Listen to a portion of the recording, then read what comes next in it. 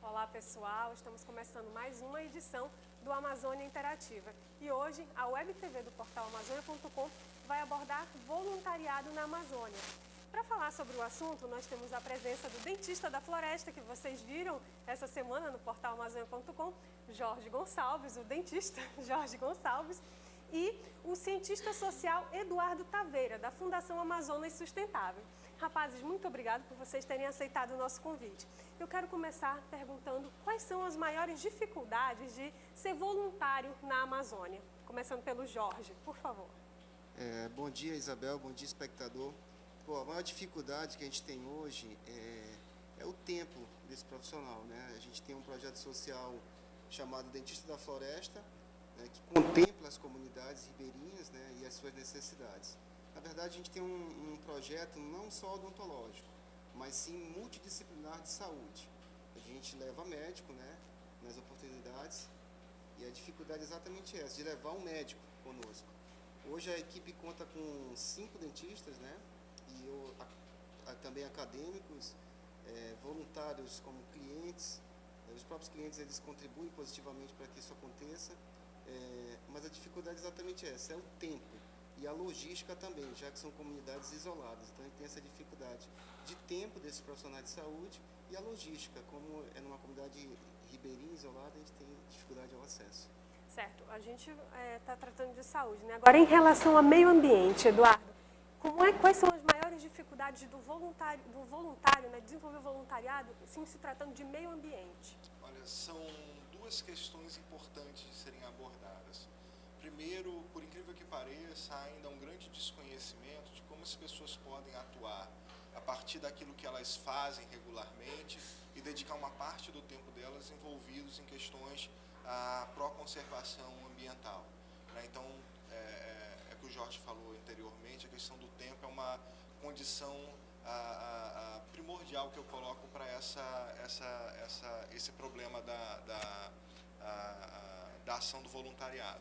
E a outra, além desse desconhecimento e essa questão do tempo, é o fator de como a pessoa procura para o engajamento. Então, às vezes, há vontade, há disponibilidade de tempo, a pessoa tem até uma ideia, mas ele fala, mas como eu começo?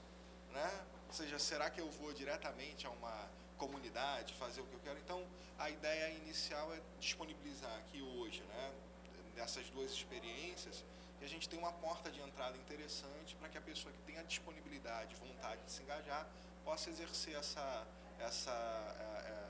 esse sonho, essa vontade de uma maneira adequada, com responsabilidade, com instituições que são sérias para realizar isso. Certo. E qual é o perfil das pessoas que buscam, que procuram vocês para participar dessas ações voluntárias? O perfil, primeiro, é um interesse, né? É uma filosofia. Ser voluntário social é uma questão filosófica. Você não pode dizer, eu quero ser voluntário. Aí você pergunta em contrapartida, por quanto tempo?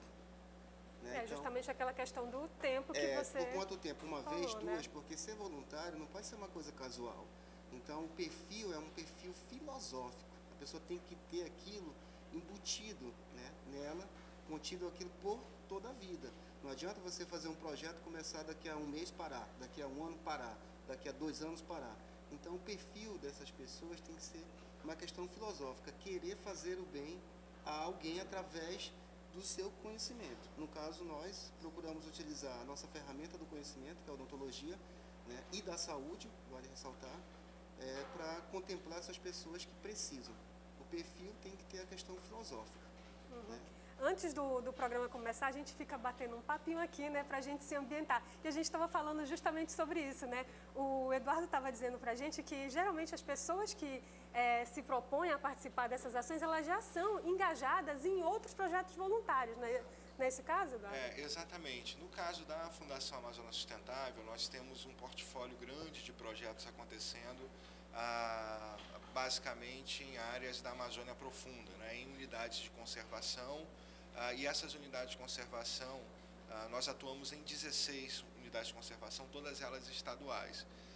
Para cada uma delas, a gente tem um programa específico que passa para o desenvolvimento da comunidade em relação às suas vocações, em relação à saúde, onde a gente engaja outros parceiros nessas atividades.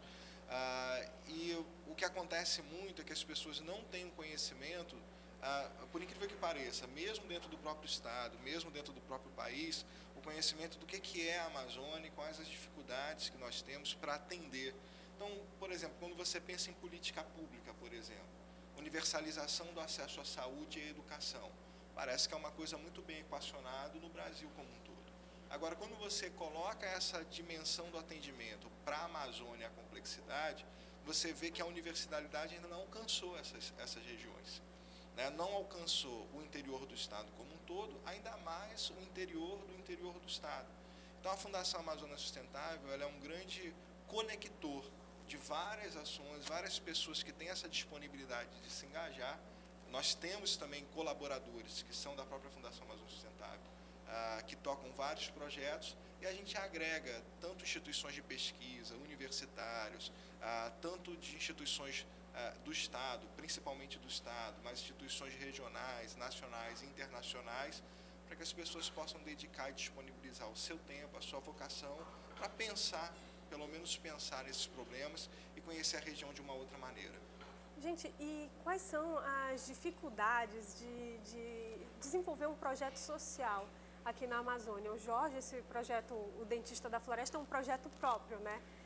Quais são as dificuldades? É difícil recrutar voluntários? Você não faz nada de graça, né? É complicado você conseguir dinheiro para fazer isso? Como é que fica a relação com os patrocinadores? Quais são as dificuldades que vocês enfrentam para levar essas ações até os rincões mais distantes do nosso Amazonas? Isabel, isso aqui, o projeto social, as ações sociais, é um tipo de linguagem. Se eu falar chinês aqui com você, ninguém vai entender um ao outro, que nem eu falo, nem você fala. Então, nós estamos falando aqui com pessoas que entendem essa linguagem, né, esse tipo de comunicação chamado um trabalho social, destinado para fazer bem às pessoas que precisam. Bom, o nosso projeto é um projeto próprio, né? O consultório hoje, ele que patrocina, faz todo o lado monetário, né? O recurso é próprio, com a ajuda dos nossos clientes. Então, hoje, o nosso cliente que paga uma consulta no nosso consultório, parte da renda desse cliente é destinado para esse projeto. Então, nós não temos nenhuma ajuda do governo, nem ajuda de nenhuma outra instituição. O recurso é todo disponibilizado pelo consultório. A dificuldade que a gente tem é exatamente essa, porque você sabe que o deslocamento terrestre, fluvial, as comunidades, isso gera custo, mas isso daí ainda não é um problema para nós, porque assim, é como eu falei, eu estou falando com você, espectador, que entende esse tipo de informação, de comunicação, de linguagem, né? Estamos abertos a propostas, a parcerias, né? Inclusive aqui, por coincidência, se você tivesse combinado conosco, não teria dado tão certo. A FAES, eu já fiz uma ação numa das comunidades que eles contemplam, que por sinal é muito bem assistida, uma das comunidades mais bem assistidas que eu já visitei, né? A gente visita as comunidades com um índice de cárie de 100%, e lá o índice de cárie é bem menor do que a realidade ribeirinha que a gente já visitou. Significa dizer o quê? Que esta comunidade tem uma assistência contínua na parte de saúde e outras áreas também que são contempladas. A saúde é só uma vertente do projeto dele. Então, Eduardo, parabéns para a FAES, né? Houve uma intersecção dos dois projetos aí. Combinado não teria dado tão certo. Parabéns, não, obrigado, né? Porque o trabalho de fato foi muito bom e a gente teve uma resposta muito positiva do pessoal lá aqui da APA, aqui no Rio Negro, próximo a Manaus, né? E é uma das unidades de conservação que a FAES tem uma atuação dentro dos projetos que tem desenvolvidos. E isso é importante destacar porque a grande dificuldade que a gente tem no Amazonas hoje se chama logística, né? Essa dificuldade logística, ela tem impactado a maioria da efetividade das políticas públicas voltadas para a nossa região. Então, por exemplo, quando você tem um programa que pode ser de nível federal para a inclusão digital, você pode ter certeza que ele não contempla a região amazônica. Você pode ter certeza também que quando a gente tem uma ação de médico da família para visitar casa em casa, essa realidade não está contemplada no modelo de habitação que a Amazônia Profunda tem, casas despaçadas, onde a única rota de acesso são rios, são igarapés, são meandros de rios. Então, entender essa realidade é o ponto de partida inicial para você decidir a maneira que você vai atuar. É óbvio que quando a gente tem parceiros, né, como o Dentista da Floresta, que são engajados e tem na realidade da Amazônia o seu foco de assistência, a gente consegue ter um sucesso muito maior e um êxito muito maior. Acho importante destacar que não basta querer ser voluntário, né? Tem que querer ser voluntário, mas tem que saber exatamente como que ele, como voluntário, ele pode se engajar naquilo que é a área de conhecimento, a expertise dele, né? Então, esse é um ponto de vista, um ponto de partida importante, né? Por exemplo, nós temos parcerias com algumas universidades. Então, o pesquisador ele vem fazer a pesquisa em uma unidade de conservação. Como as unidades de conservação elas são de gestão pública pelo governo do Estado, nós pedimos autorização ainda tem isso, né? à CEUC, que é o órgão do governo que faz a gestão dessas unidades de conservação. O pesquisador ele faz a pesquisa e, por outro lado, como pesquisador voluntário, ele deixa na comunidade que ele está atuando uma maneira de engajamento para resolver determinado problema. Então, aqui no Rio Negro, como a gente estava falando, a FAES atua muito com um aspecto do turismo, que é o turismo comunitário, para geração de renda nas comunidades, e o trabalho de um dos voluntários foi construir um site para divulgar os empreendimentos de base comunitária dessa área do Rio Negro para o turismo. Então, foi um foco muito importante, porque além dele fazer o site, ele trabalhou com inclusão digital, levou computador, disponibilizou. Então, voluntariado é, antes de tudo, engajamento. E é interessante que o Eduardo também estava falando que teve a assistência, né, dessas estruturas, né? Precisa se comunicar, precisa avisar para a comunidade central, né? A partir da comunidade central para as outras comunidades, né, que o dentista vai lá. Isso, Isabel, assim, como a gente já está um certo tempo nesse projeto, nós já contemplamos mais de 30 comunidades, né? Então, assim, nós estamos fazendo um mapeamento dessas comunidades. Tem comunidades que têm 100 famílias, 300 famílias, então 400 famílias, 500 famílias. Tem comunidade muito isolada, né? Que são essas que você gosta, né? Eu gosto de comunidade longe, porque distante. Você faz uma visão microscópica da saúde, né? Você pega aqui em Manaus, por exemplo. Aqui nós temos hospitais, UBS, UPAs, né? Para contemplar o público de modo geral. Agora você pega uma visão microscópica da saúde, você pega um carro, vai para uma cidade do interior e pega uma lancha 1h30, porque a distância é não por quilômetro, mas por hora, de um barco que corre muito. Significa dizer, 1h30 de lancha, 2 horas, é muito distante essa comunidade. Essas comunidades, elas são desassistidas. Eu já fui a comunidades que, por exemplo, 15 anos sem um médico, 15 anos sem um dentista. Como que é a realidade da saúde, né? E a gente foca pelo prisma da saúde, mas lá a gente pode ver que é também desassistido em outras áreas, em outros segmentos, né? Como o manejo, como a agricultura de um modo geral, né? Porque assim, hoje o caboclo ele disponibiliza de tecnologia, né? A energia elétrica é uma tecnologia recente, então o consumo de pesca dele não é só mais para subsistência. Às vezes as comunidades estão se organizando, uma faz mais farinha, a outra se concentra mais em pescar. Antes, o caboclo, ele trabalhava de um modo geral, fazia farinha, fazia a pesca, né? Hoje as comunidades já se organizam. Por exemplo, casas ainda palafitas, são contempladas com antena parabólica, ar-condicionado. Já existem algumas comunidades, mesmo longe, com internet, mas esses benefícios já chegaram lá, mas a informação da saúde ainda não chegou. Então você vê pelo prisma da saúde. Por que chegou tudo isso e por que ainda não chegou a saúde? Um povo completamente desassistido. Mas é exatamente isso que o Eduardo acabou de falar. A logística a logística operacional, para você se deslocar para uma comunidade dessa, você tem que contar com um apoio de logística muito grande. Agora, rapazes, pela experiência que vocês já têm com voluntariado aqui na nossa região, com todas essas dificuldades que o Jorge e você, Eduardo, já falaram a respeito, como é que fica essa relação do voluntariado com a comunidade para que não se confunda com assistencialismo? Olha, essa é uma excelente questão. E por isso que voluntariado é engajamento. Tem uma coisa que é importante destacar no trabalho que a Fundação Amazônia Sustentável tem feito, é que as decisões que são tomadas para os investimentos que são levados a essas comunidades que estão em unidade de conservação não são baseados no que a Fundação Amazônia Sustentável quer, mas são baseados na organização social e na demanda que essa comunidade tem para resolver determinados problemas. Então esse é um ponto de partida principal. Ninguém é salvador da pátria. Olha, eu vou chegar lá abalando, vou chegar lá, se não fosse eu, nada do que iria acontecer, acontecesse. Esse é um grande equívoco na Amazônia.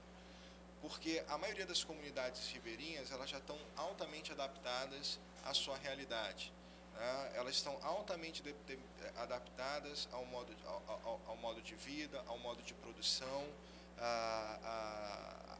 a subsistência em termos de produção familiar, óbvio que com muitas dificuldades, isso é inegável, mas para você ter uma ideia, hoje o Amazonas tem 98% da sua floresta preservada. E isso se deve, em muitos aspectos, a capacidade que a população que vive da floresta tem de se conectar com o tempo da floresta, com o tempo de produção. Então, qualquer ação que você leve para isso, você desequilibra também, é um fator desequilibrante nessa estratégia. Né? Consumir é bom, ter geladeira é bom, tudo isso é bom, isso deve ser uma meta, mas para isso você tem que garantir infraestrutura de abastecimento de energia elétrica. A maioria das comunidades no Amazonas usam geradores, tem apenas 4 horas de energia por noite. A maioria usa freezer, porque o freezer congela o alimento durante essas 4 horas e depois passa o dia naquele desgelo.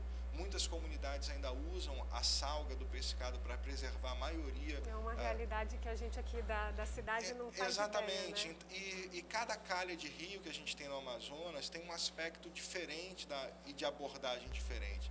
Então, mesmo dentro do Amazonas, a gente fala de vários Amazonas, né? Calha do Juruá é uma coisa, o Rio Negro é outra, o Solimões é outra. Então, é importante que para o voluntário, essa dimensão do engajamento, ela esteja assim, latente na disponibilidade de ajudar, né? Porque você está indo, na verdade, no encontro. E olha que uma coisa que é muito comum e para a gente assim, é um resultado muito bom, quando o voluntário se disponibiliza a se engajar dentro de um projeto que a FAZ tem executado, ele chega lá achando que ele vai transformar a realidade, mas na verdade ele sai transformado. A realidade é que transforma ele. Exatamente. Né? Então esse é um passo importante desse engajamento. É você ir aberta a essas oportunidades, sabendo que na verdade você está promovendo um grande diálogo, né? Considerando que há tecnologias e inovações desenvolvidas de maneira tradicional pela maioria dessas populações que vivem na Amazônia, e ao mesmo tempo o encontro daquele conhecimento científico, aquele conhecimento que foi adquirido com a leitura de outros, e você na verdade está promovendo um grande encontro isso, e é importante que as pessoas que são voluntárias estejam plenamente abertas para essas experiências. Jorge, e no caso do projeto social, né, do Dentista da Floresta, é uma situação delicada, né? Eu acho que o teu projeto deve ser facilmente confundido, né, com esses assistencialismos que não cabe aqui a gente citar, mas que a gente sabe que existe, né?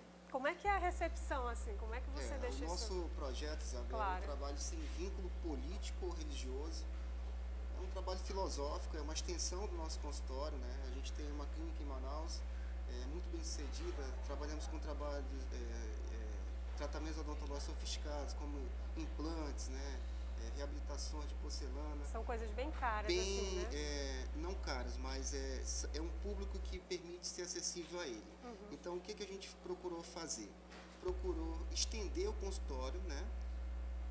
Levando uma assistência básica de saúde. Eu não posso levar todos os recursos que eu tenho na clínica hoje para uma comunidade, mas a gente leva tudo aquilo que a gente pode e leva de uma forma com amor, faz o melhor. Então, o que acontece? A gente não pode confundir isso daí com um trabalho político. Isso aqui é um trabalho voluntário. Ninguém está aqui para criticar também os governos, né? Eu acho que a sociedade, ela como um todo, ela deve ter essa responsabilidade. Mas eu vou repetir, a gente fala isso aqui, mas tem gente que está entendendo em chinês, porque isso é um tipo de comunicação, é uma fluência. Você que tem atividade social é um tipo de abordagem, um tipo de comunicação, é um estilo de vida, né? Só que também a gente não pode negligenciar uma coisa, isso custa caro, isso precisa de renda, né? Então a gente também não pode confundir isso como o Eduardo falou, ninguém vai salvar o mundo, mas aquela comunidade que já foi contemplada com o nosso projeto, ela sabe do que a gente está falando. Você imagina uma criança chegar, olhar nos seus olhos e dizer: moço, obrigado por ter tirado a minha dor. Eu já estava esperando há mais de 3 semanas para Deus mandar alguém aqui para me ajudar. Então isso, gente, não tem pagamento. Você fazer esse tipo de bem. A gente fala no nosso projeto, a gente faz uma equalização entre os profissionais. Ninguém vem aqui na comunidade extrair dente, e sim problemas sociais. Famílias, por exemplo, um pai de família que está acamado há um mês, com dor de dente, com abscesso, com uma infecção, ele não pode pescar, ele não pode sustentar a família dele. Então isso daí já afeta na rotina daquele comunitário, né? Então não é um problema odontológico, é um problema social de saúde. E a gente vai contemplar aquela comunidade para extrair os problemas sociais, não extrair dente. Então, assim, levamos médicos também para dar uma assistência básica de saúde, levamos medicamentos, preservativos e afins, para contemplar aquela saúde de um modo geral, com uma ação multidisciplinar.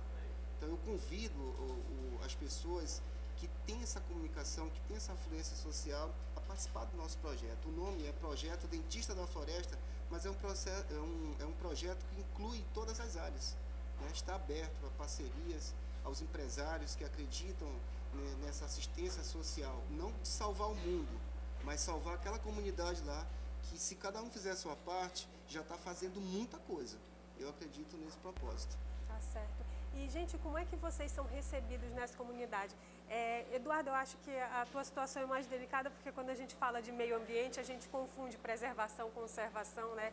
E o caboclo, ele tira o sustento dele da floresta. É uma realidade muito nossa, nessa relação homem-floresta, né? Como é que vocês são recebidos? As pessoas têm uma resistência? Como é que funciona Primeiro, isso? assim, é bom até esclarecer, a Fundação Amazônia Sustentável, ela é uma entidade privada sem fins lucrativos e é vinculado a atividades que são geridas dentro de unidades de conservação no estado do Amazonas. Então, o foco do nosso trabalho são as comunidades ribeirinhas, né? E a gente tem como missão fazer com que a floresta ela tenha um valor maior em pé do que derrubada, né? O que é isso? Há uma lógica em relação ao desmatamento. As pessoas desmatam não porque são burras ou porque... As pessoas desmatam porque é o único acesso que tem a recursos de maneira rápida, né, e que possam saciar essas necessidades básicas, alimentação, saúde, deslocamento. Então, o trabalho da FAES é inverter essa lógica. É fazer com que haja mais valor, por exemplo, num açaí em pé, pela valorização da extração do vinho de açaí, melhoria das técnicas de produção para aumentar valor e rendimento, ou seja, fazer com que a floresta tenha mais valor para a comunidade, ela em pé, produzindo os seus recursos, do que derrubada. Então, esse é um entendimento construído com a comunidade. Então, como eu falei, nós atuamos em 16 unidades de conservação, pelo programa Bolsa Floresta, são aproximadamente 10 mil pessoas atendidas, né, em 4 componentes, né, que vão desde componentes que são utilizados para aumentar, para melhorar a capacidade de renda da população, o associativismo. Então, são programas que estão conectados com um eixo que é estratégico, que é não só cidadania, é também saúde, é também cidadania, e isso tudo é meio ambiente. Então, o trabalho da FAES não é preservação, é conservação.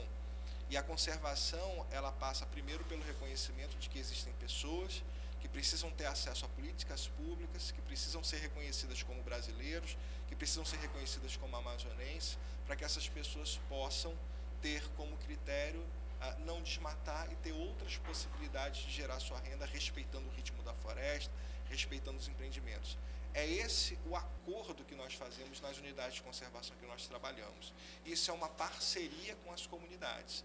Então, como eu falei, ninguém, a FAES, ou qualquer pessoa que trabalhe na FAES, seja nossos colaboradores, sejam voluntariados, entram em unidades de conservação para falar, olha, vocês estão fazendo errado e agora vocês vão passar a fazer o certo. Né? Não é a maneira como nós operamos. A maneira que a gente opera é por meio do diálogo e da construção. Né? Nós chegamos, levamos parceiros para dentro dessas unidades de conservação, levamos recursos para dentro dessas unidades de conservação, para que essa comunidade possa, por ela mesma, decidir se empoderar desses investimentos, né, e usar isso a favor do seu desenvolvimento, a favor da sua melhoria da qualidade de vida. A gente sempre acerta? Não. Mas essa que é o bacana dessa relação. Como é uma parceria, como é uma construção, tanto o acerto como o erro faz parte dessa relação de confiança construída com a comunidade. Certo, isso é certo. Gente, infelizmente, quase tudo que é bom dura pouco, como vocês sabem. Todo sábado eu falo isso, né? O nosso programa está chegando ao fim, mas antes eu quero pedir que os nossos convidados façam as considerações finais. Bom, Isabel, em primeiro lugar, quero agradecer ao AmazonSat por essa oportunidade de divulgar o nosso trabalho, né? Como eu falei, se tivesse combinado, não teria dado tão certo a presença aqui da FAES, representada pelo Eduardo.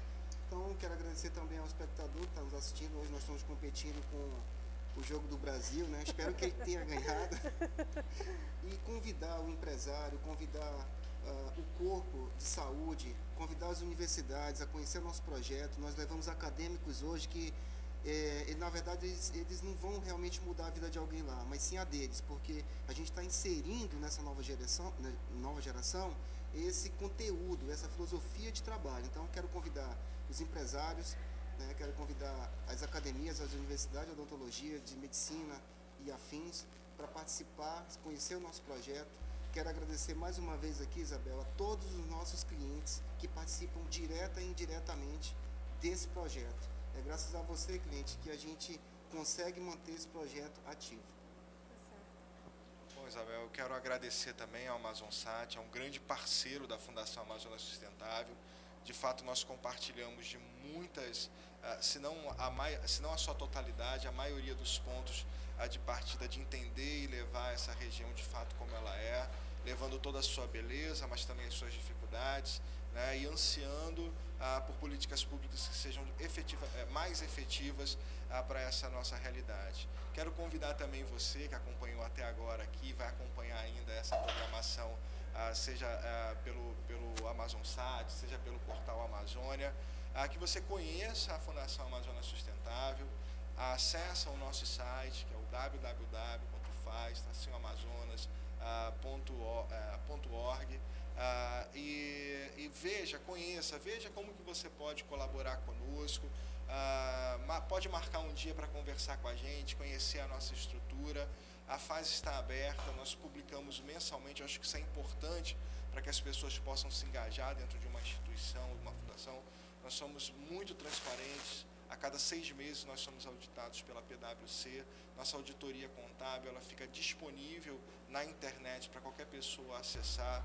Nós temos, porque é isso que garante a parceria institucional que nós temos com pessoas como o Jorge, com voluntários que se engajam de instituições internacionais que nos procuram.